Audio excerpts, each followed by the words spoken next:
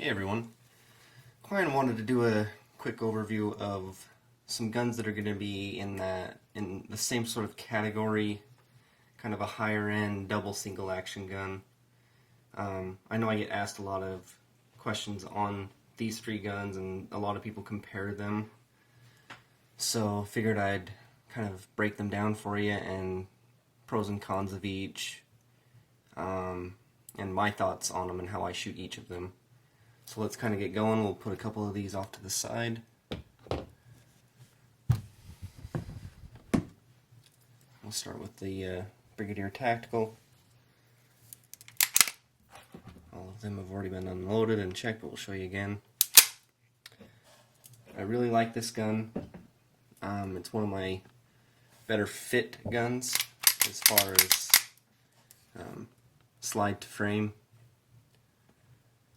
I probably have, I don't know, 500 to 700 rounds for this gun, so not a lot, but enough where I think I can give you a comparison and a quick review on it. Decocker only. This is the Wilson Combat Edition, so they've kind of went through the whole gun and kind of tricked it out a bit. If they had the, I think it's their Centurion. This is their Brigadier Tactical. Their Centurion is a shorter barrel. I probably would have gone with that just for a little bit lighter weight gun and ease of carry. But, I mean, this is an incredibly soft shooting gun, so it doesn't hurt to have it in the full size. The trigger is really, really nice. And the double action is real smooth. I actually shoot the double action, I tend to shoot the double action a little bit more accurately on this gun, which I will tend to do on all my double single actions, but yeah, really love this gun. Quick little review on that. I shoot it very accurately. Couldn't be happier. It's a little heavy. I only have a outside the waistband holster for this guy, but I do carry it quite often in the wintertime because I can just throw a jacket on and carry it with no problem. So let's put that guy away for just a second. Let's get this. Sorry. Someone wanted to shoot this to know if they wanted to purchase it or not. So it's pretty filthy. I forgot to clean it, but she threw about 100 rounds through it pretty quick. It came back pretty warm. This is the Sig Sauer 229 Legion. Kind of go over what makes a Legion a little bit different. Clear chamber. Decocker only on this guy as well. I shoot this gun very well. The only thing that I have to remember is on my SIGs, I have to aim a little higher. Actually, I actually have to put the dot on the center of the target instead of dotting the eye like all my other guns, so that's something I always have to keep in mind when I switch over to carry this gun, is to if I don't remember that, I'll shoot about an inch low, half an inch low. They've undercut here, little differences from the standard 229. This has been undercut. It gets checkering here. The decocker and slide lock have been minimized. You get a different coating than the normal ones. You also get the gray ghost trigger. Let me just show you the reset.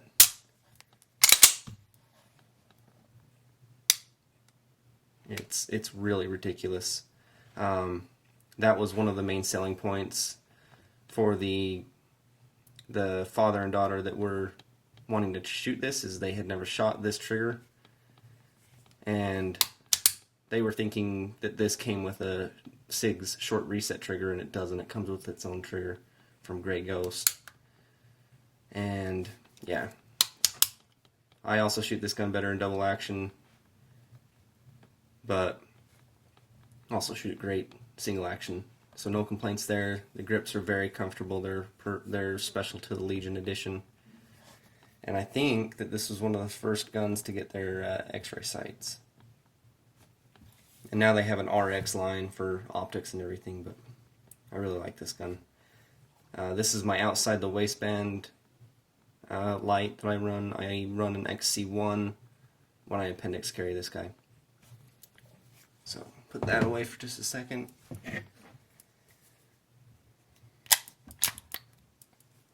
And then we have the CZ Shadow 2, kind of a more competition-driven gun. It's very heavy. It's probably one of my heaviest pistols I own. But it shoots incredibly flat, and it's very, very accurate. It almost, it feels like a custom trigger. It is a double action, but what gets me, and kind of my only gripe with this gun, is they didn't include a decocker of any kind. So if you wanted to carry it decocker only, the safest way I found is put your thumb between the hammer and the slide, pull the trigger, and then you can, you know, somewhat safely decock the gun, but I don't really like that. You can carry it, you know, cocked and locked like a 1911. It'll actually lock the slide like 1911 as well.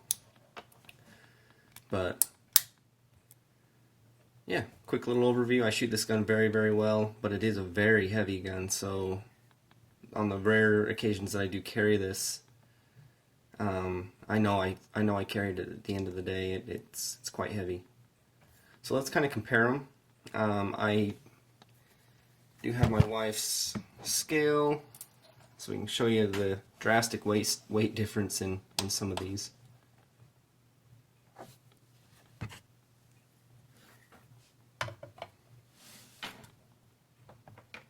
Let's see if we can do ounces. So without, none of these will have actually, to be a fair comparison, I'm not going to take the light off the Sig, so I have another one, we'll just kind of set it there.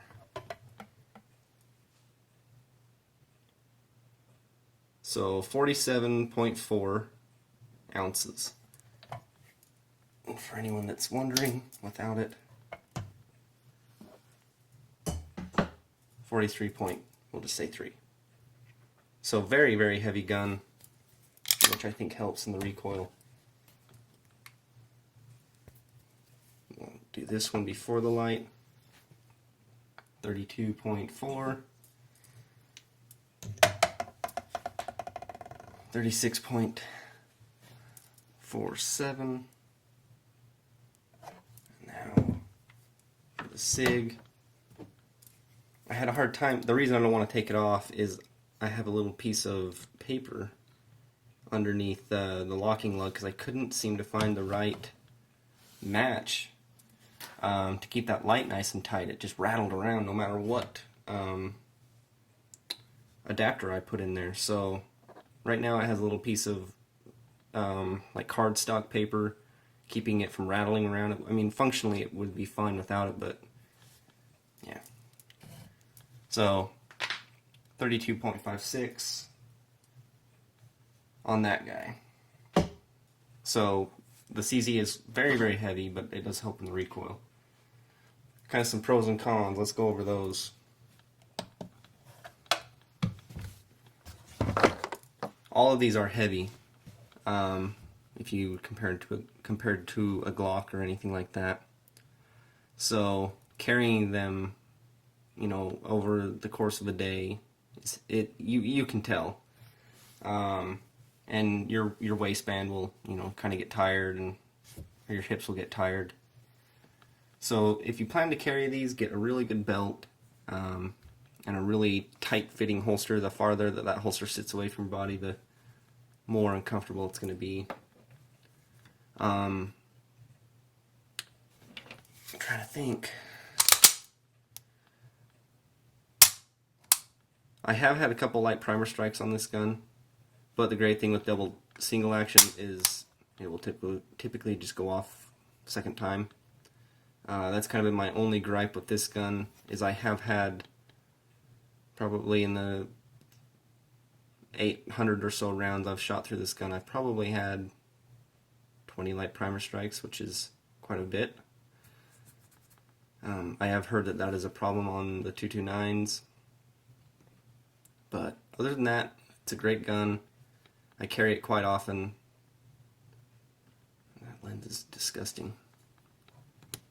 But yeah, no complaints. again, it typically does go off on that second try whenever I do have that light primer strike. Very well fit.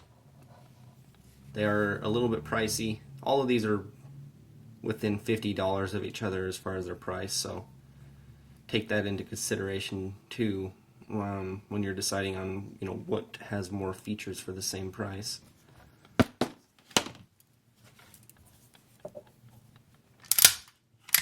Absolutely love this gun. It's a fantastic shooter. I work part-time with a bunch of ex-military guys, and they hate their Berettas, but when they shoot this, they're like, oh, that's entirely different. The triggers are better. Everything about it's better. So they quickly take back not liking, I mean, they didn't like their military-issued Beretta, but this has been heavily tricked out, so it does feel different and shoot different. I did shoot this side by side with more of a standard Beretta, and you can feel a huge difference just manipulating the gun and side by side, messing around with the triggers and stuff, but it's kind of hard to tell a difference while shooting how smooth the gun is. This was one of the few times where I was able to feel the difference in how smooth this was compared to a standard one. So couldn't recommend this more. These are now readily available. I had to wait for like 6 months for this one. So now you can just call them up and order them, which is nice. And they do have that shorter version as well. The Brigadier, for those who don't know, you get a little bit thicker slide. You can kind of see the profile there. I will probably end up getting a threaded barrel for this so I can run it suppressed. Also for the Sig. And for this guy, an absolute dream to run on the range. Shooting it, carrying it it's a bit heavy over about a 10-hour workday. Get a lot of compliments. Everyone that shoots it just comes back smiling and laughing because they can't believe how easy it is to be accurate with this gun. I had a couple coworkers, they took it out right after I bought it, and they just came back saying they couldn't believe how much tighter the groups were going from, their Glocks or their Sigs to this. And it was the same across everyone. It wasn't like a couple people shot it better. Everyone shot this gun better. I will say that it does have a short reset, but compared to that Sig, I don't really know. Maybe my 1911s are close to that, but that's got to be the shortest reset of any of my guns. This isn't bad. This is a good time to. This is one con of this gun. It's got a long enough reset that I caught myself doing, that short stroke where I don't go out far enough to grab the reset. It's not a problem, I just let my finger out again, but it is a longer reset, which you just kind of get used to, I guess.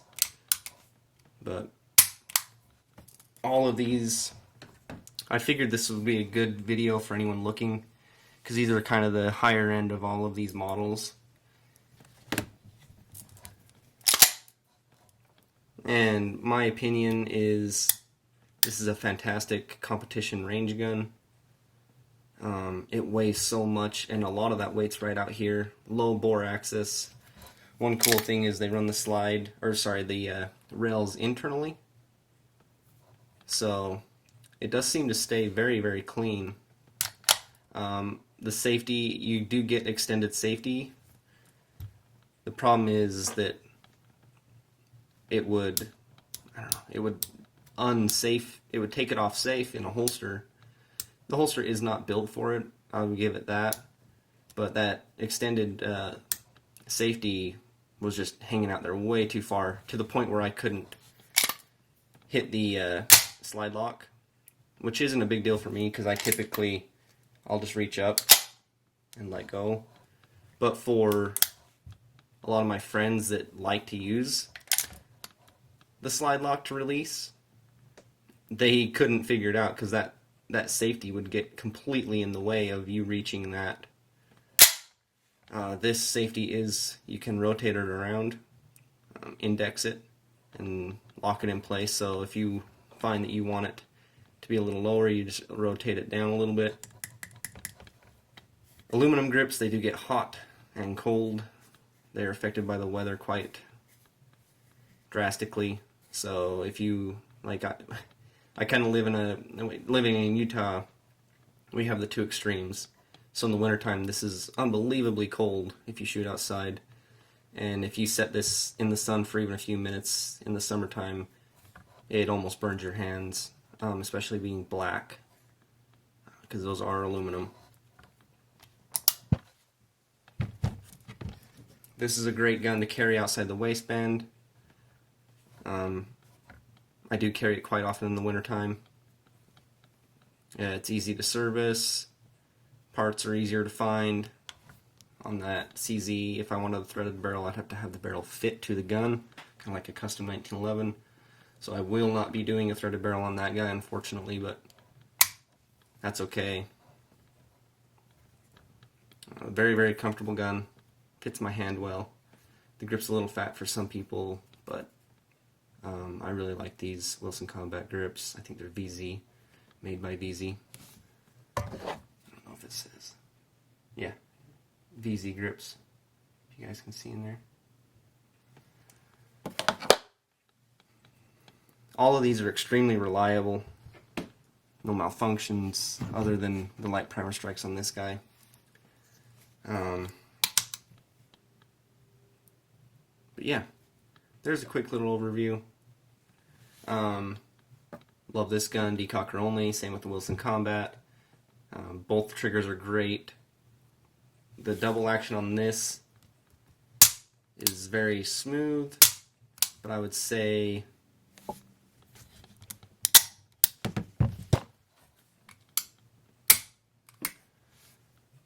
as far as triggers, I'd go CZ, Sig, Wilson Combat, and double action.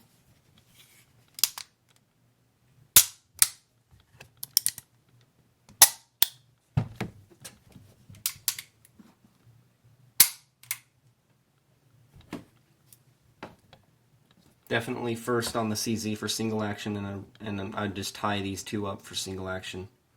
As far as my go-to carry, if I was to inside the waistband carry, it's going to be this. It's going to be the 229. It's just smaller. It's easier to carry. Light and gun holster combos are more readily available in this guy than, because not a whole lot of people inside the waistband carry a Beretta.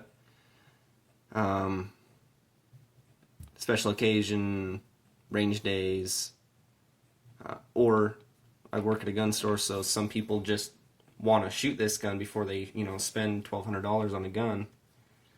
And so I'll bring it in because we don't have that on a range to rent. And they can give it a test drive. That's what I did with this. We don't have a 229 Legion, so I told them I would bring mine in and they could shoot it. Outside the waistband, any day of the week, in the wintertime, so I can throw a coat on over it. And yeah, if you guys have any questions at all, this is just a quick, my thoughts on these three guns. I get asked a lot of questions about these three, because they are somewhat similar in their function, except this guy more competition driven.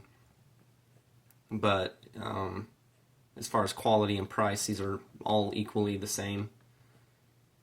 So if you guys have any questions on these, or just want an individual video on one of them, or a couple of them more side by side, just leave some comments in the comments down below, and I'll read them and see what I can do. Thank you for watching.